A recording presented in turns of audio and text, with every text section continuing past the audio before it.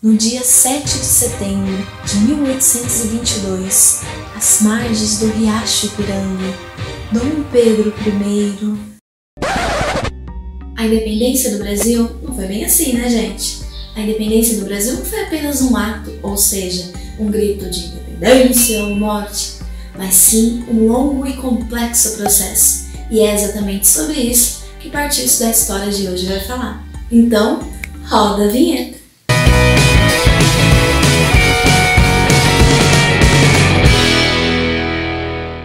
O processo que desencadeou na independência do Brasil começou, na verdade, lá atrás, em 1808, com a vinda da família real para o Brasil, fugindo da invasão das tropas de Napoleão a Portugal. É bom lembrar que não era a intenção de Dom João transformar o Brasil em um país independente, mas o fato de toda a corte, toda a administração portuguesa, cerca de mais de 15 mil pessoas virem ao Brasil, gerou mudanças políticas, culturais e econômicas no país, que vão desencadear lá na frente na independência. Por exemplo, assim que chegou ao Brasil, Dom João abriu os portos às nações amigas e estabeleceu ali tratados de comércio, liberando a entrada de produtos no Brasil, acabando então com aquele pacto colonial, ou seja, aquilo do Brasil só comercializar com Portugal. Lembram disso?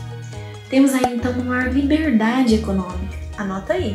Dom João também assinou autorização para o estabelecimento de indústrias e manufaturas no Brasil, para impulsionar a modernização do país. Fundou o Banco do Brasil, o Jardim Botânico, a Academia Real Militar, bibliotecas, pavimentou ruas, construiu casas, edificou universidades. Capitanias hereditárias também passaram a se chamar províncias. Criou a imprensa brasileira, dando autorização ali para a publicação de jornais.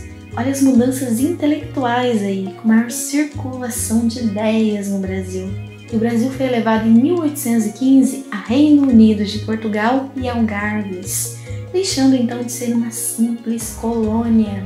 Tudo isso então modificou a mentalidade das pessoas da época. O Brasil passou então a ganhar muito mais importância. Só que a presença de milhares de pessoas da aristocracia portuguesa aqui no Brasil causou também descontentamento entre os colonos aqui no Brasil, principalmente porque Dom João passou a distribuir cargos e privilégios para os portugueses, deixando de lado então as elites locais, as pessoas aqui do Brasil. Além disso também, para financiar aí os altos gastos da corte portuguesa, o rei então fez o que? Aumentou os impostos, o que óbvio desagradou a todos na colônia.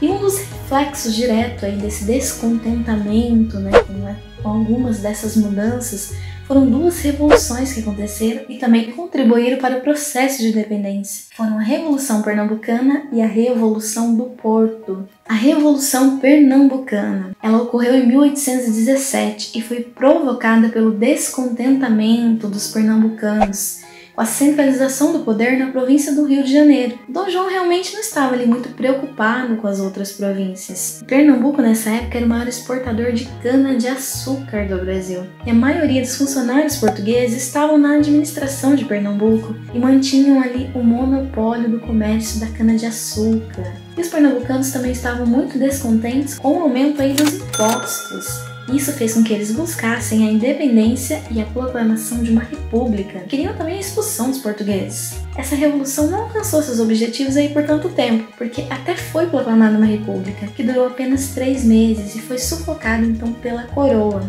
Mas a importância dessa revolução foi a de ser um movimento que saiu das teorias da conspiração, saiu do papel.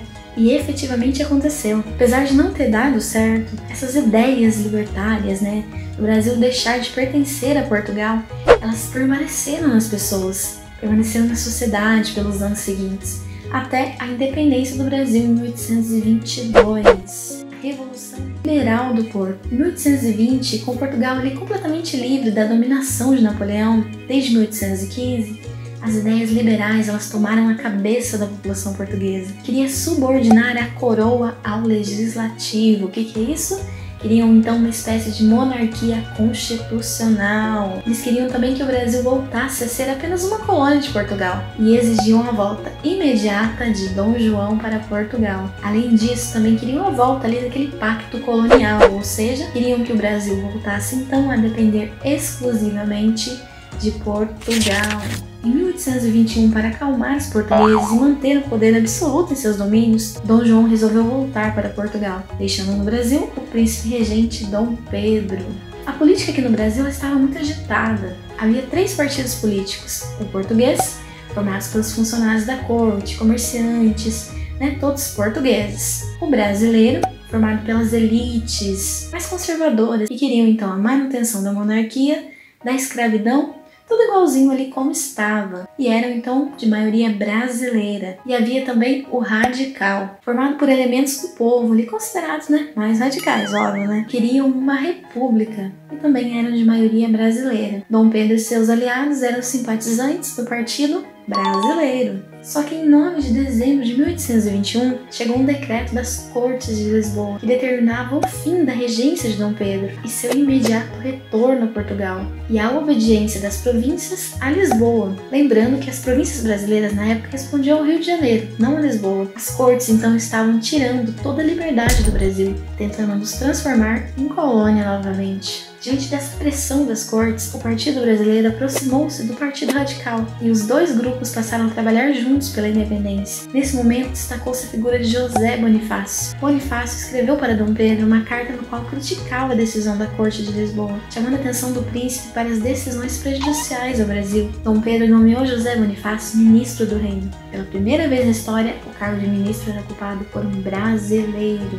Na cidade do Rio também circulava uma coleta de assinaturas pedindo a permanência de Dom Pedro no Brasil. O documento foi entregue a Pedro no dia 9 de janeiro, com cerca de 8.000 assinaturas, que naquela época era considerado um número muito expressivo de pessoas. Em resposta, Pedro decidiu desobedecer às ordens da corte e permanecer por aqui, pronunciando a frase: "Se é para o bem de todos e felicidade geral da nação, estou pronto, digam ao povo que fico."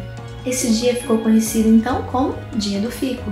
Dom Pedro ganhou grande apoio popular com a decisão. Em maio, Dom Pedro aprofundou ainda mais a separação com a corte portuguesa, ao decretar o cúmplice, um documento que determinava que uma ordem da coroa portuguesa só teria validade no Brasil caso recebesse o aval do regente. Porém, a coroa continuava exigindo o retorno de Dom Pedro.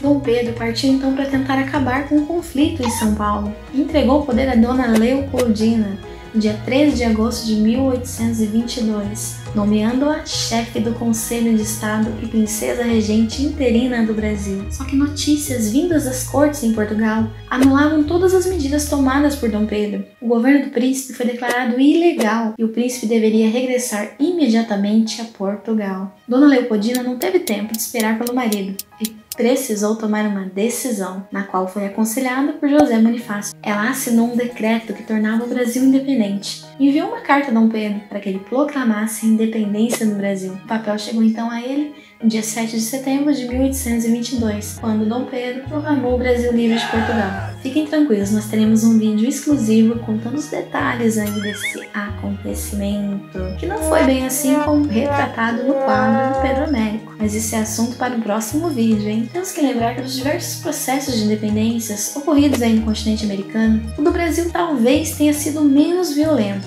mas mesmo assim houve conflitos na Bahia, no Pará, Piauí e na província Cisplatina. Na Europa, Portugal só reconheceu a independência do Brasil em 1825, mediante o pagamento de uma alta indenização e com garantia de privilégios comerciais. O Brasil então se tornou independente, mas diferente do que aconteceu em outros países, ele manteve a monarquia, a elite agrária manteve seus privilégios e a escravidão foi mantida. Porém, foi conquistada aí a tão sonhada soberania, onde podemos fazer nossas próprias leis e definir nossos caminhos como uma nação livre.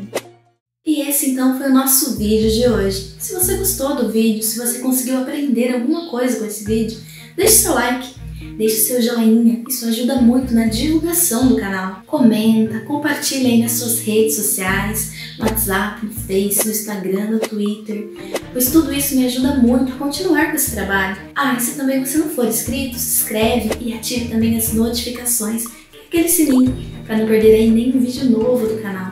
E como tradicionalmente neste canal, partiu!